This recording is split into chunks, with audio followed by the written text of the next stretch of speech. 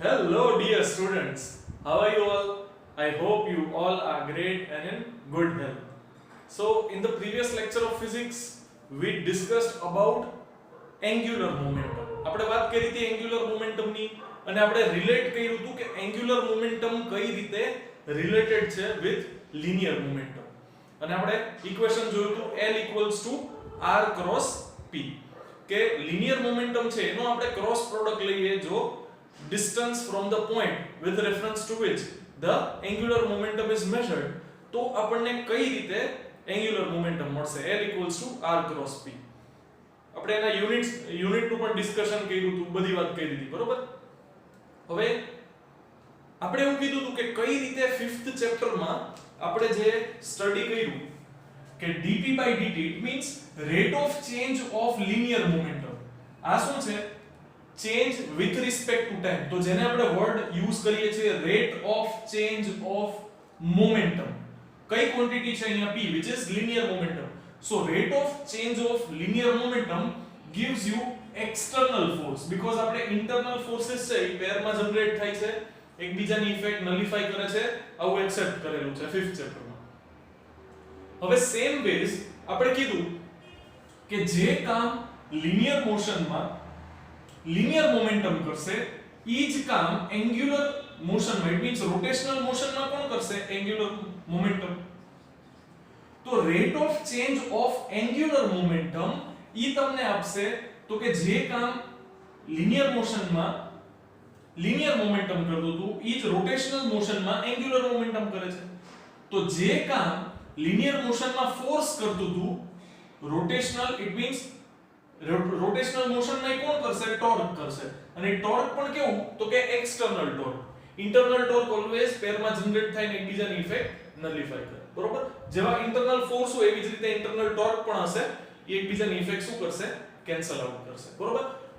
અને સપોઝ કે આપણે એમ કહીએ કે if external torque is 0 તો dl/dt is what? તો dl/dt 0. હવે કોઈ ક્વોન્ટિટીનું ડેરિવેટિવ 0 હોય ઇટ મીન્સ ઈ ક્વોન્ટિટી કેવી છે? કોન્સ્ટન્ટ છે. તો આપણે એમ કહી શકીએ કે જો એક્સટર્નલ ટોર્ક એબ્સન્ટ હોય, if external torque is absent it means magnitude of external torque is 0, then conservation of angular momentum takes place. આ શું છે? angular momentum ને કોન્સ્ટન્ટ છે, it means એનું કન્ઝર્વેશન થાય છે. ઇનિશિયલી જેટલું angular momentum હતું ફાઇનલી પણ એટલું જ રહેશે, બરોબર? એટલે આપણે 5th ચેપ્ટર સાથે આને બહુ સારી રીતે રિલેટ કરી શકીએ. બહુ ડિટેલમાં આમાં જવાની જરૂર નથી. મેં તમને પહેલા પણ કીધું હતું કે ટોર્ક અને એન્ગ્યુલર મોમેન્ટમ આપણે જ્યારે જેમાં ચેપ્ટર આગળ વધશે એમ વધારે સારી રીતે ડિટેલમાં સમજી શકશું. અત્યારે ખાલી ઇક્વેશન શું છે એ આપણે એક્સેપ્ટ કરી લઈએ છે, બરોબર? હવે એના પછી આપણી પાસે એક એક્ઝામ્પલ આપેલું છે ટેક્સ્ટ બુકમાં, તો આપણે એ એક્ઝામ્પલ સોલ્વ કરીએ. જેનો પ્રોબ્લેમ કંઈક આવો છે કે find the torque of a force. લખતા જઈએ પ્રોબ્લેમ સાથે સાથે. એક્ઝામ્પલ નંબર 7.5 અને 7.5 માં આપણી પાસે પ્રોબ્લેમ કંઈક આવો છે કે find the torque of a force. Force નું મેગ્નીટ્યુડ આપ્યું છે, વેક્ટર ફોર્મમાં છે 7i caret plus 3j caret minus 5k caret.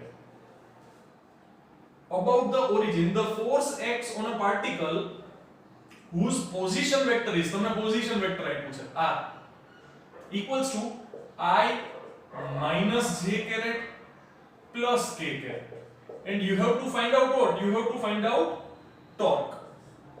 હવે તમારે ટોર્ક ફાઇન્ડ આઉટ કરવાનું છે અને આવો કંઈક પ્રોબ્લેમ આપ્યો છે તમને, બે વેક્ટર્સ આપ્યા છે. હવે આપણને ખબર છે કે ટોર્ક નું ઇક્વેશન શું છે? તો કે ટોર્ક નું ઇક્વેશન છે r ક્રોસ f. હવે ક્રોસ પ્રોડક્ટ આપણે ફાઇન્ડ આઉટ કરવાનો છે અને આપણી પાસે બે વેક્ટર છે, તો આપણે મેટ્રાઇસિસ ની મેથડ આપણી માટે બેસ્ટ રહેશે. તો એમાં આપણે ફર્સ્ટ રો માં લખશું i j k, second row માં લખશું 7 3 5 લખશું ને? તો કે નહીં, શું કામ? જો આ ભૂલ ન કરતા, પહેલા f આપ્યું છે પછી સિક્વન્સમાં r આપ્યું છે ને, તો આપણે ઈ સિક્વન્સ નથી ફોલો કરવાનો, આપણે ક્રોસ મલ્ટીપ્લિકેશન નો સિક્વન્સ ફોલો કરવાનો છે. ક્રોસ મલ્ટીપ્લિકેશન ના સિક્વન્સમાં r ક્રોસ f આવે છે નહીં કે f ક્રોસ r. તમને યાદ હોય તો મેં તમને એન્ગ્યુલર વેલોસિટી વખતેથી વાત કરી હતી કે linear velocity equals to omega cross r, not r cross omega. Same ways અહીંયા યાદ ઈ રાખવાનું છે, it is r cross f. Angular મોમેન્ટમમાં r ક્રોસ p. એટલે સિક્વન્સ બહુ જ ઇમ્પોર્ટન્ટ છે, બરોબર? MCQ માં પૂછાય અને પોઝિટિવ નેગેટિવ સાઇન વાળા બે ઓપ્શન હોય અને આપણે જો ખોટા સિક્વન્સ થી આન્સર સોલ્વ કર્યો હોય તો આપણો આન્સર ખોટી પ્રોસેસ થી આન્સર સોલ્વ કર્યો હોય તો આપણો આન્સર એકદમ ઓપોઝિટ આવે, બરોબર? એટલે એ ખાસ ધ્યાન રાખવાનું છે. સિક્વન્સમાં ફર્સ્ટ કોણ આવે છે તો કે r માં i j અને k ના મલ્ટીપલ્સ કોણ છે તો કે i ની સાથે મલ્ટીપ્લિકેશન માં કાઈ નથી, ઇટ મીન્સ 1. j ની આગળ મલ્ટીપ્લિકેશન માં કાઈ નથી અને નેગેટિવ સાઇન છે, ઇટ મીન્સ -1. તો અહીંયા j નો મલ્ટીપલ 1 છે અને આગળ નેગેટિવ સાઇન છે તો -1 અને k નો મલ્ટીપલ 1 છે, ઈ છે +1, બરોબર? હવે ફર્સ્ટ વેક્ટર આપણે લખી નાખ્યો છે જેના મલ્ટીપલ છે 1 -1 +1. સેકન્ડ વેક્ટર છે એના મલ્ટીપલ છે 7 3 and -5, તો લખી નાખું છું 7 3 -5. હવે આપણને પ્રોસિજર ખબર છે, ફર્સ્ટ કોમ્પોનેન્ટ લખીએ પોઝિટિવ, પછી એની રો અને કોલમને હાઈડ કરી દેવાની. -1 -5 ઇટ મીન્સ મલ્ટીપ્લિકેશન આવશે +5, પછી નેગેટિવ સાઇન કમ્પલસરી અને મલ્ટીપ્લિકેશન થશે 3 * 1. પછી સેકન્ડ કોમ્પોનેન્ટ લખો એના માટે નેગેટિવ સાઇન કમ્પલસરી આવશે આગળ મલ્ટીપ્લિકેશનમાં.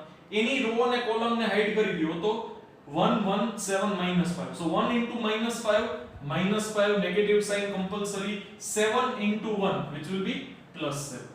લાસ્ટ કોમ્પોનેન્ટ છે એમાં પોઝિટિવ સાઇન આપણે રો કોલમ હાઈડ કરી દઈએ તો 1 - 1 7 3. So 1 * 3 3 negative sign compulsory -1 * 7 -7. તો અહીંયા મલ્ટીપ્લિકેશન કરશું તો 5 - 3 +2 i caret -5 -7 -12 multiplied by -j caret, so it will be plus minus minus it will be minus, but in multiplication it will be plus. So plus 12 j caret and minus minus plus 7 7 plus 3 10 into k caret, so it will be plus 10 k caret. તો આ થશે આપણો answer torque no 2i caret plus 12 j caret plus 10 k caret. So this will be our answer for torque. એટલે આમાં આપણે ખાસ ધ્યાન એ રાખવાનું છે કે સિક્વન્સ બ્રેક ન થાય. જો 7 3 5 ઉપરની રો માં લેશો 1 1 1 નીચેની રો માં લેશો તો આન્સર આવશે -2i caret -12 j caret -10 k caret. અને જો MCQ માં ક્વેશ્ચન પૂછાય તો ઓપ્શન A જ નેગેટિવ વાળો હશે. એટલે તમે જે ભૂલ કરી હશે એ ઓપ્શનમાં ઓલરેડી હશે જ, એટલે તમે ઉતાવળમાં ડાયરેક્ટ ઈ ટીક કરી નાખશો. એટલે સિક્વન્સ ખાસ ફોલો કરવાનું છે, આ વસ્તુ આપણે મગજમાં રાખવાની છે, બરોબર? તો આ તો એક્ઝામ્પલ નંબર 7.5 પોઝ કરી અને નોટ કરી લો એટલે આગળ વધીએ. 7.6 ની વાત કરીએ એના પછી 7.5 નોટ કરી લો.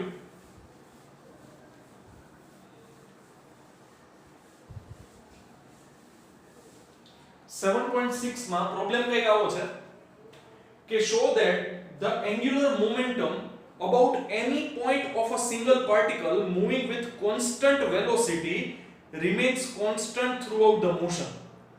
જો હાઇલાઇટ કરવા જેવો સેન્ટેન્સ ઓર લાઈન હોય ને તો ઈ છે, જો પહેલા શું કીધું, show that the angular momentum about any point of a single particle moving with constant velocity. એટલે તમારે any point અને with constant moving with constant velocity આ વસ્તુ બે વસ્તુ મગજમાં રાખવાની છે, બરોબર? હવે આના માટે જો આપણે ફિગર ડ્રો કરવી હોય 7.5 સોલ્વ કર્યો, અચ્છા 7.6, બરોબર? હવે આ કેસમાં સપોઝ કે કોઈ એક ઓબ્જેક્ટ છે, બરોબર, અનઇવન શેપનો, અને આ એની રોટેશનલ એક્સિસ છે અને આ રીતે ઈ રોટેટ કરે છે. ફોર એક્ઝામ્પલ અનઇવન શેપનો પોટેટો છે, આ રીતે રોટેટ કરે છે, બરોબર? હવે તમારે શું કરવાનું છે તો કે તમારે આ કોઈ એક particular point A or P or Q anything, એનું તમારે એન્ગ્યુલર મોમેન્ટમ ફાઇન્ડ આઉટ કરવાનું છે વિથ રિસ્પેક્ટ ટુ O. બરોબર? હવે આ કેસમાં સપોઝ કે ઓબ્જેક્ટ આ રીતે ટ્રાવેલ કરે છે, રોટેટ કરે છે, તો તમારે એની લિનિયર વેલોસિટી ફાઇન્ડ આઉટ કરવા માટે શું કરવું પડે? તો કે લિનિયર વેલોસિટી ફાઇન્ડ આઉટ કરવા માટે તમારે શું કરવું પડે? તો કે તમારે એના માટે થઈને એને એક ટેન્જન્ટ ડ્રો કરવો પડે. આ રીતે આપણે સ્ટ્રિંગ અટેચ કરીને સ્ટોન ને રિવોલ્વ કરાવતા હતા, તો શું થતું હતું? તો કે તમારે ટેન્જન્ટ ડ્રો કરવો પડે. ઇટ મીન્સ અહીંયા સ્ટ્રિંગ બ્રેક થશે તો સ્ટોન આ ડાયરેક્શનમાં જશે, અહીંયા બ્રેક થશે તો સ્ટોન આ ડાયરેક્શનમાં, અહીંયા બ્રેક થશે તો સ્ટોન તમારી બાજુ, અહીંયા બ્રેક થશે તો આ ડાયરેક્શનમાં. ઇટ મીન્સ તમે જ્યાં પણ સ્ટ્રિંગ બ્રેક થાય એવું ઇમેજિન કરશો ત્યાં ટેન્જન્ટની ડાયરેક્શનમાં ઓબ્જેક્ટ છે એ ફોરવર્ડ મૂવ કરશે. હવે અહીંયા ટેન્જન્ટ કઈ ડાયરેક્શન થશે? તો કે આ 3 ડાયમેન્શનલ ઓબ્જેક્ટ છે અને ટેન્જન્ટ થશે બોર્ડની અંદર. સપોઝ કે આ જે પ્લેન છે એને તમે આમ કરી લો તો આ ટેન્જન્ટ ક્યાં જતો રહેશે? બોર્ડની અંદર. તો સેમ વેઝ અહીંયા ટેન્જન્ટ જશે બોર્ડની અંદર. બરોબર? હવે તમારે ફાઇન્ડ આઉટ શું કરવાનું છે? તો કે તમારે ફાઇન્ડ આઉટ કરવાનું છે L. હવે L તમને કઈ રીતે મળશે? તો કે R ક્રોસ P, અને એમાં પણ P ના પ્લેસ ઉપર તમે શું લખી શકો? mv. હવે where m is mass of the particle. હવે બહુ જ નાનો પાર્ટિકલ છે, થ્રુઆઉટ ધ મોશન એનું માસ ચેન્જ થશે નહીં, રાઈટ? હવે સપોઝ કે હું અહીંયા r ક્રોસ v લખું છું તો મારે આમ લખવું પડે rv sin θ, આવું લખવું પડશે. જો હું મેગ્નીટ્યુડ ની વાત કરું તો, અત્યારે હું ડાયરેક્શન નું ડિસ્કશન નથી કરતો, અત્યારે હું મેગ્નીટ્યુડ ની વાત કરું છું. તો અહીંયા થશે શું? તો કે અહીંયા મારે જે પોઈન્ટના રેફરન્સમાં મારે એન્ગ્યુલર મોમેન્ટમ ફાઇન્ડ આઉટ કરવું હોય ત્યાંથી મારે એક પોઝિશન વેક્ટર ડ્રો કરવો પડે. તો ચાલો અહીંયા મેં એક પોઝિશન વેક્ટર ડ્રો કર્યો આ. બરોબર? સપોઝ કે ફોર એક્ઝામ્પલ હું વેલોસિટી અત્યારે કોઈ પણ ડાયરેક્શનમાં લઈ શકું. હું વેલોસિટી મજા આવે એટલા માટે વાત કરું છું. સપોઝ કે હું વેલોસિટી આ ડાયરેક્શનમાં લઉં, વેલોસિટી, રાઈટ? તો આ કેસમાં બે જે વેક્ટર્સ છે ઈ બે વચ્ચેનો એંગલ થીટા ઈ કોન્સ્ટન્ટ રહેશે. બરોબર? અહીંયા બે એંગલ વચ્ચે, બે જે વેક્ટર્સ છે એની વચ્ચેનો એંગલ કોન્સ્ટન્ટ રહેશે.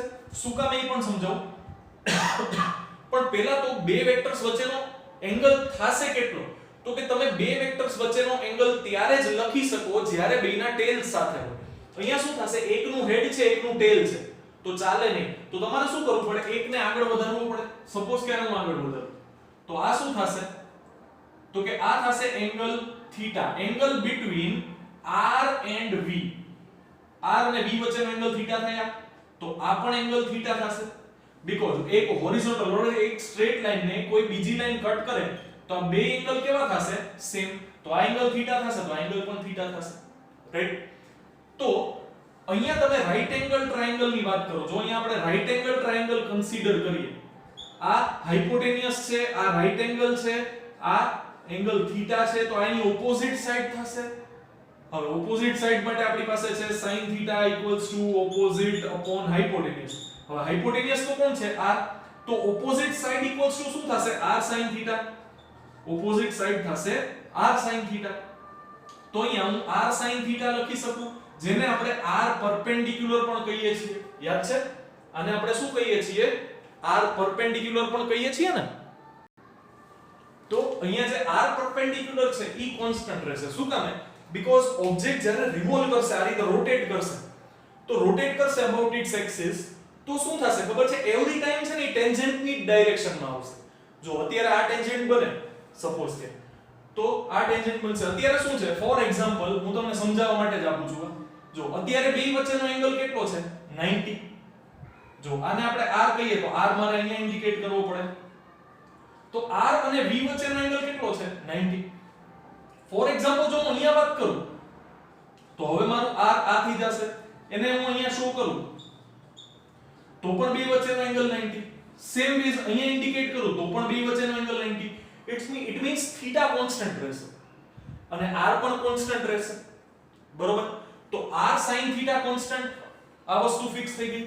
પ્રોબ્લેમમાં તમને આપ્યું છે કે the particle moving with constant velocity, it means v constant જ છે એવું તમને પ્રોબ્લેમમાં જ આપી દીધું છે. બરોબર. r sin θ કોન્સ્ટન્ટ છે એવું આપણે પ્રૂવ કરી દીધું, બીકોઝ એંગલ ચેન્જ નથી થતો ને ડિસ્ટન્સ ચેન્જ નહીં થાય, it means r sin θ constant રહેશે. અને mass of the particle you are observing, હવે માસ તો ચેન્જ ના થાય. એવું તો ન હોય કે મોશનમાં ટેનિસનો બોલ હોય ને મૂવ કરતા કરતા ફૂટબોલ થઈ જાય, એવું તો નહીં થાય.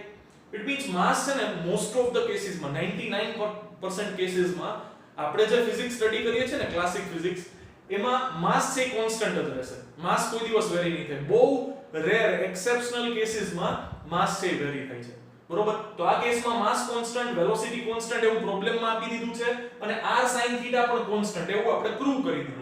It means r angular momentum constant છે એવું આપણે પ્રૂવ કરી દીધું છે. બરોબર. જે આપણને પ્રૂવ કરવાનું પ્રોબ્લેમમાં જ કીધું છે. બરોબર. તો આ થઈ ગયો આપણો એક્ઝામ્પલ નંબર 7.6 અને હવે આપણે આગળ જાશું equilibrium of a rigid body ના ટોપિક પર.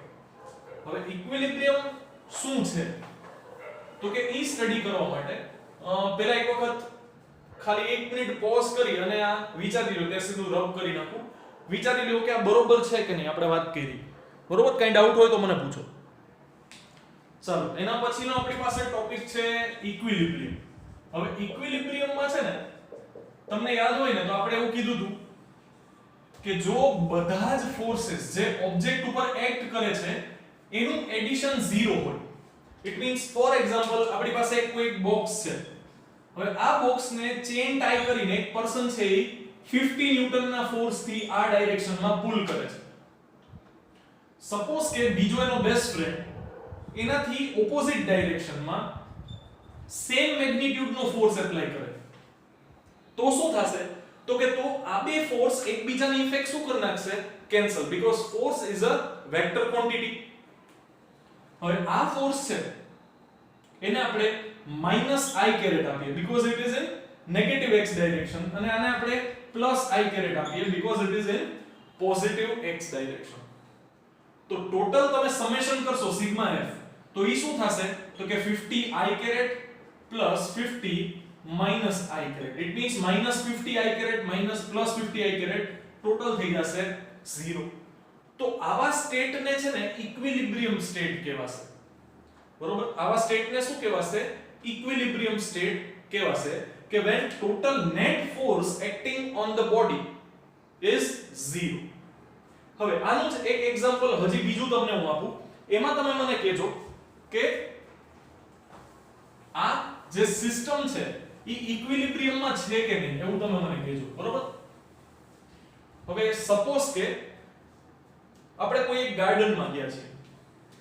હવે ગાર્ડનમાં સીસો છે, આપણે બધાએ સીસો જોયો હશે. બરોબર. બધા રમ્યા હશું નાનપણથી, ચિલ્ડ્રન પાર્કમાં બહુ ગયા હશું આ રીતે પ્લે એરિયામાં. હવે ત્યાં છે અહીંયા એક ફલક્રમ હોય, એક સપોર્ટ હોય જેની સાથે ઈ અહીંયા જે લેન્ડ હોય ઈ લેન્ડ સાથે અટેચ હોય. બરોબર. રિજિડલી ફર્મલી ફિક્સ્ડ હોય. હવે સપોઝ કે કોઈ એક પર્સન છે, કોઈ એક પર્સન સપોઝ કે તમે ને તમારા બેસ્ટ ફ્રેન્ડ, બરોબર, ઘનિષ્ઠ મિત્ર. હવે તમે જઈ અને સીસોના એક એન્ડ ઉપર બેઠા છો, it means you are applying force downwards, vertically downwards. તમે ત્યાં બેઠા છો એટલે તમારું વેઇટ છે ડાઉનવર્ડ્સ લાગશે.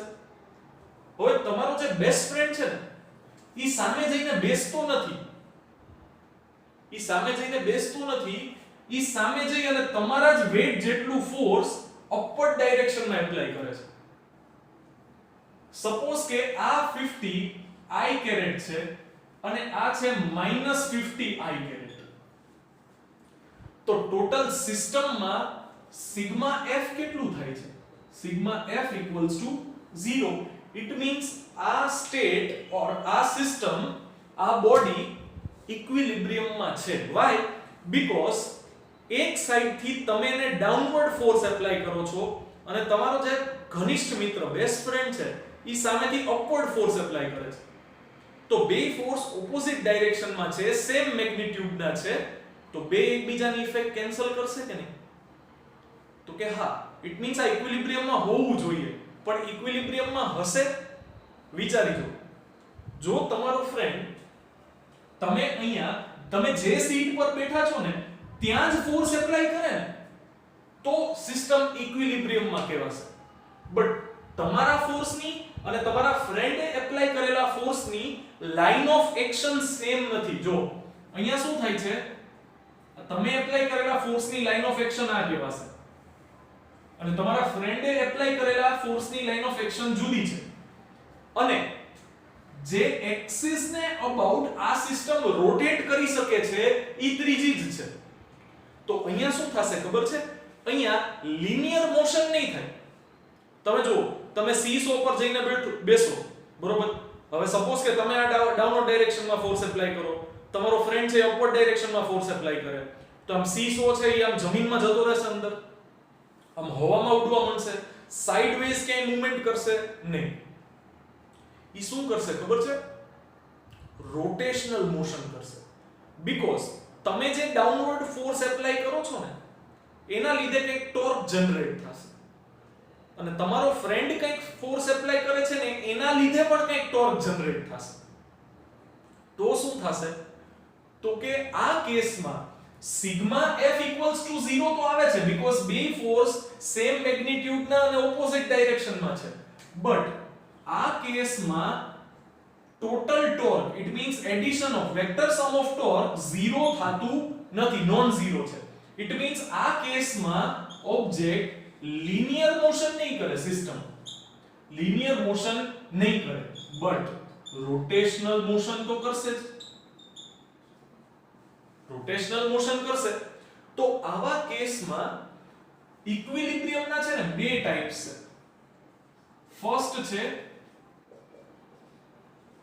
લિનિયર ઇક્વિલિબ્રિયમ અને સેકન્ડ છે rotational equilibrium.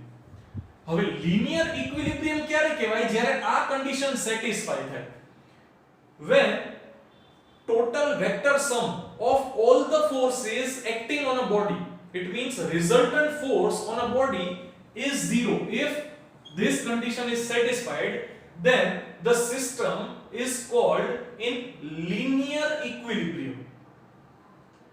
The system is called in linear equilibrium. A linear equilibrium માં છે, it means what? કે linear motion નહીં કરે. આપણને ખબર છે સીસો છે એ આમ હવામાં નથી ઉડવા માંડતું, ડાઉનવર્ડ્સ નહીં જાય, લેફ્ટ ઓર રાઈટ નહીં જાય, એની જગ્યા હોલ્ડ કરશે. બટ શું થશે તો કે વચ્ચે જ્યાંથી એને જોઈન કરેલું હશે ને, આ રીતે અટેચ્ડ હશે ને, જેને આપણે ફલક્રમ કહીએ છીએ, ઈ ફલક્રમને અબાઉટ ઈ શું કરશે? રોટેશનલ મોશન કરશે. આવું ખતરનાક રોટેશનલ મોશન નહીં કરે, બરોબર? સીસોની એક લિમિટેશન છે, બટ આપણને ખબર છે કે આ રીતે રોટેટ કરે છે. ઇટ મીન્સ રોટેશનલ મોશન એને અલાઉડ છે. ક્યારે? તો કે જ્યારે એની ઉપર નેટ ટોર્ક 0 ના હોય. It means when net torque is non-zero, then system will perform rotational motion. But it won't perform linear motion because net force acting on the system is 0. Net word use કરું છું, resultant word પણ હું use કરી શકું. એટલે net or resultant force જ્યારે 0 હોય ત્યારે ઈ સિસ્ટમ કહેવાશે linear equilibrium. અને જ્યારે સિસ્ટમ ઉપર net torque 0 હોય ત્યારે ઈ સિસ્ટમ કહેવાશે rotational equilibrium. રોટેશનલ ઇક્વિલિબ્રિયમ ક્યારે? તો કે જ્યારે સિસ્ટમ ઉપર એક્ટ કરતું ટોટલ ટોર્ક છે એ કેવું હશે? 0. નેટ ટોર્ક છે એ કેવું હશે? 0. આનું એક્ઝામ્પલ શું થશે? જો પહેલી વસ્તુ તો શું થશે તો કે આપણે આ કેસમાં ટોટલ ટોર્ક 0 શું કામે નથી થતું ને એની વાત કરીએ, બરોબર? બે કન્ડિશન આપણે ડિફાઇન કરી. First rotational equilibrium, linear equilibrium and rotational equilibrium. હવે આમાં થશે શું ખબર છે? તો કે આ કેસમાં જો તમે ટોટલ ટોર્ક ફાઇન્ડ આઉટ કરવાની ટ્રાય કરો તો આ ફોર્સ F1 છે, એની line of action rotational axis થી કેટલા ડિસ્ટન્સ ઉપર છે? તો કે સપોઝ કે r1 ડિસ્ટન્સ પર છે, અને ફોર્સ F2 છે એ કેટલા ડિસ્ટન્સ પર છે? સપોઝ કે r2 ડિસ્ટન્સ પર છે. તો તમને ફર્સ્ટ ટોર્ક મળશે એ F1 ના લીધે મળશે. એની ડાયરેક્શન કઈ હશે? તો કે ટોર્ક આપણને મળે છે r ક્રોસ f થી. હવે r કઈ ડાયરેક્શનમાં છે? Negative x.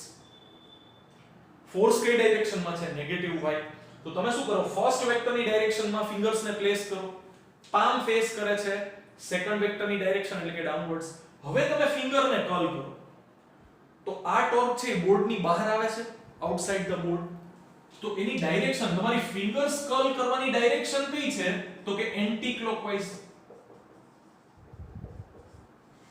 ઇટ મીન્સ બોર્ડની બહાર તો આ ટોર્ક પોઝિટિવ છે અને ટોર્ક વેક્ટર ક્વોન્ટિટી છે એ તો આપણે ઓલરેડી જાહેર છે જ આપણી માટે સેકન્ડ ટોર્ક તમને F2 આપશે હવે ઈ R2 ક્રોસ F2 પરથી મળશે હવે R2 ની ડાયરેક્શન પોઝિટિવ x છે અને F2 ની ડાયરેક્શન પોઝિટિવ y તો તમે ફર્સ્ટ વેક્ટરની ડાયરેક્શનમાં ફિંગર્સ પ્લેસ કરો હવે મારી પામ છે ડાઉનવર્ડ ફેસ કરે છે જ્યારે F2 નો એરો અપવર્ડ છે ઇટ મીન્સ મારે શું કરવું પડે પામને રિવર્સ કરવી પડે આ રીતે તો R2 ક્રોસ F2 તો આ ડાયરેક્શન પણ કઈ થઈ એન્ટી ક્લોકવાઇઝ જ થઈ કે નહીં આ ડાયરેક્શન પણ કઈ થઈ એન્ટી ક્લોકવાઇઝ જ થઈ તો આ ટોર્ક પણ કઈ સાઈડ છે outside the board it means આ ટોર્ક પણ પોઝિટિવ છે હવે સપોઝ કે આ ડિસ્ટન્સ 1 મીટર છે અને આ ડિસ્ટન્સ પણ 1 મીટર છે અને બે વચ્ચેનો એંગલ તો 90 છે જ આપણને ખબર છે બરોબર તો ટોર્ક 1 કેટલું થશે તો કે ટોર્ક 1 થશે 1 into 50 એંગલ તો બે વચ્ચેનો 90 છે તો sin 91 આવશે ઇટ મીન્સ ટોર્ક 1 આવશે 50 newton into metre positive k caret because એ બોર્ડની કઈ ડાયરેક્શનમાં છે બહાર બોર્ડની બહાર આપણે z ડાયરેક્શન લઈએ છીએ પોઝિટિવ ઇટ મીન્સ ત્યાં આવશે plus k caret second torque છે ઈ પણ કઈ ડાયરેક્શનમાં આવશે બોર્ડની બહાર ઇટ મીન્સ ઈ પણ આવશે પ્લસ k કેરેટ ઈ પણ આવશે 1 into 50 બરોબર આ નેગેટિવ એટલા માટે છે બીકોઝ માઈનસ i કેરેટ છે એની ડાયરેક્શન આપણને ખબર છે આ રીતે બરોબર આ તો આગળનું લખેલું છે અત્યારની આ j કેરેટ આવશે i કેરેટ ના આવે અહીંયા j કેરેટ આવે સોરી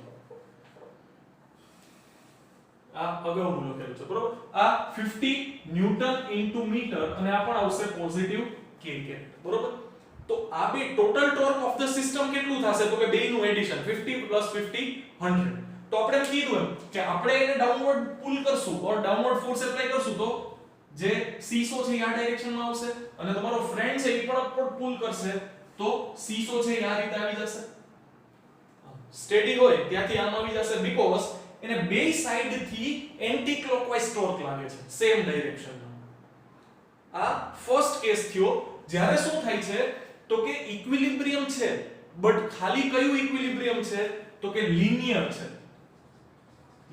છે રોટેશનલ નથી linear equilibrium is achieved because net force acting on the body is 0 sigma f is 0 but rotational equilibrium is not achieved because total torque is non-zero બરોબર તો rotational equilibrium નથી linear equilibrium છે દેખાય છે અહીંયા સુધી corner સુધી હા દેખાય છે હવે વાત કરીએ આપણે સેકન્ડ કેસની તો સેકન્ડ કેસમાં શું થશે તો કે સપોઝ કે આપણી પાસે આ રીતે સીસો છે વચ્ચે શું હશે તો વચ્ચે એક ફલ્ક્રમ હશે બરોબર સપોર્ટ હવે આ કેસમાં શું થશે તો કે તમે અહીંયાથી ડાઉનવર્ડ ડાયરેક્શનમાં F1 ફોર્સ એપ્લાય કરો અને અહીંયાથી પણ ડાઉનવર્ડ ડાયરેક્શનમાં F2 ફોર્સ એપ્લાય કરો તો હવે ટોર્ક 0 થશે તો કે આ થશે R1 આ થશે R2 તો આ ટોર્ક તો હજી પણ એ જ ડાયરેક્શનમાં હશે એન્ટી ક્લોકવાઇઝ બટ આ કેસમાં ફર્સ્ટ વેક્ટર R2 આ ડાયરેક્શનમાં F2 હવે અપવર્ડ્સ નથી F2 ડાઉનવર્ડ્સ એટલે આમ આવશે તો આ રીતે જો હું ફિંગર્સ ને કર્લ કરું તો ઈ કયું ટોર્ક થઈ ગયું તો આ થઈ ગયું ક્લોકવાઇઝ આ થઈ ગયું એન્ટી ક્લોકવાઇઝ તો હવે બે ટોર્ક એકબીજાથી કેવી ડાયરેક્શનમાં છે ઓપોઝિટ ડાયરેક્શનમાં જો આના માટે થંબ કઈ ડાયરેક્શનમાં આવે છે બોર્ડની અંદર આના માટે થંબ કઈ ડાયરેક્શનમાં આવે છે બોર્ડની બહાર ઇટ મીન્સ એક પોઝિટિવ k કેરેટ આવશે અને આ આવશે નેગેટિવ k કેરેટ જો 1 મીટર અને 50 ન્યૂટન વાળું એક્ઝામ્પલ લઈએ તો આ ટોર્ક થશે -50 k કેરેટ અને આ ટોર્ક થશે +50 k કેરેટ તો આ કેસમાં sigma torque. It means total vector sum or resultant torque is what? 0. તો આ કેસમાં resultant torque શું થશે? 0. આનો મતલબ શું છે ખબર છે? સપોઝ કે તમારું માસ છે 50 kg હોય, તમારા ફ્રેન્ડનું માસ પણ 50 kg હોય, તમે બે સેમ ડિસ્ટન્સ પર બેસી જાશો ને, જેવું સીસોમાં હોય, ફલક્રમથી બે સાઈડ ડિસ્ટન્સ કેવું હોય? સેમ. તો 50 અને 50 બે ઇક્વલી બેલેન્સ્ડ પર્સન સામસામે બેસશે ને, તો સીસો છે એ રોટેશનલ મોશન નહીં કરે, બરોબર? આ ફલક્રમ હોય તો એ આમ રોટેશનલ મોશન નહીં કરે. હવે અહીંયા તમને એક ક્વેશ્ચન થવો જોઈએ કે રોટેશનલ ઇક્વિલિબ્રિયમ તો અચીવ થઈ ગયું. Rotational equilibrium is achieved because torque is 0, resultant torque is 0. But linear equilibrium નું શું? અહીંયા તો બે ફોર્સ કઈ ડાયરેક્શનમાં છે? ડાઉનવર્ડ્સ. ઇટ મીન્સ સીસો જે છે એ જમીનમાં અંદર ઘૂસી જવું જોઈએ. એવું થાય છે? તો કે ના, એવું થતું નથી. એનું કારણ શું ખબર છે? આ સપોર્ટ. આ સપોર્ટ ક્યાંથી છે? તો કે જે ફ્લોર છે ત્યાંથી. તો જે બે ફોર્સ ડાઉનવર્ડ્સ એપ્લાય કરે છે એટલું જ ઈ શું આપશે ખબર છે? Reaction. In which direction? upwards direction. Downwards ડાયરેક્શનમાં શું થશે ખબર છે? આપણે સેન્ટર ઓફ માસ નો કોન્સેપ્ટ સ્ટડી શું કામે કર્યો? તો કે આપણે શું ઇમેજિન કરશું કે આ સિસ્ટમ ઉપર જેટલા પણ ફોર્સ લાગે છે ને એ એના સેન્ટર ઓફ માસ પર લાગે છે. ઇટ મીન્સ અહીંયા કઈ ડાયરેક્શનમાં? ડાઉનવર્ડ્સ ડાયરેક્શનમાં. હવે આ ફોર્સ કેટલું છે? F1 F2. ઇટ મીન્સ અહીંયા ફોર્સ કેટલું લાગતું હશે? F1 F2 પ્લસ આ તો તમારું માસ વેઇટ થઈ ગયું, બરોબર? હજી જે આ પાટિયું હશે, બરોબર, ઓર કોઈ મેટલનો બાર હોય ઓર પ્લેન્ક હોય, કંઈ પણ હોય, તો એનો પણ કંઈક વેઇટ હશે ને, ઈ પણ ક્યાં લાગશે? એના સેન્ટર ઓફ માસ પર. અને ગ્રેવિટેશનલ ફોર્સ બધો જ ક્યાં લાગે? ડાઉનવર્ડ્સ. તો જેટલો પણ આ ડાઉનવર્ડ ફોર્સ લાગે છે ને એટલું જ ગ્રાઉન્ડ માંથી તમને શું મળશે? રિએક્શન મળશે. ઇટ મીન્સ આ કેસમાં ટોટલ F છે ઈ કેટલું થશે? ઓલવેઝ 0 જ થશે. ઓલવેઝ 0 જ થશે. ગ્રાઉન્ડ છે ને ઈ અનલિમિટેડ સોર્સ ઓફ રિએક્શન છે એવું માની લ્યો તમે. જો અહીંયા બે નાના બાળકોને બેસાડી દો ને તો ગ્રાઉન્ડ માંથી ઈ ટાઈપનું રિએક્શન આવશે. જો F1 F2 લેસ હશે. જો W તો કોન્સ્ટન્ટ છે. જે અહીંયા પ્લાન્ક ઓર મેટલ બાર ઓર વોટસોએવર અહીંયા સેટ કરેલું હશે, અહીંયા પર્સન બેઠા હોય કે ના બેઠા હોય ઈ તો લાગવાનું જ છે. તો કોઈ નહીં બેઠું હોય ને તો પણ W જેટલું રિએક્શન તો આવશે જ ફ્લોર માંથી. હવે ધારો કે બે બાજુ બે પર્સન બેસી ગયા હલકા ફુલકા, તો રિએક્શન F1 F2 ઓછું હશે તો રિએક્શન પણ ઓછું આવશે. જો અહીંયા બહુ હેવી પર્સનને બેસાડી દેશો તો રિએક્શન પણ વધારે આવશે. બટ ઈ ઓલવેઝ કેવા ઇક્વિલિબ્રિયમમાં હશે? તો કે લિનિયર ઇક્વિલિબ્રિયમ તો ઓલવેઝ અચીવ્ડ જ હશે. બાકી તો શું થાય? જો લિનિયર ઇક્વિલિબ્રિયમ ન હોય તો ટોટલ F 0 નથી. જો F 0 ના હોય તો F ઇક્વલ્સ ટુ શું થાય? ma. હવે m ગમે એટલું નાનું હોય અથવા મોટું હોય પણ a છે એ નોન ઝીરો થશે. a નોન ઝીરો થાય ઇટ મીન્સ શું? તો કે આ જે સીસો છે એ એક્સેલરેશન કરે. ઇટ મીન્સ કામ ભાગે, કા બાજુ ભાગશે, કા બાજુ ભાગશે.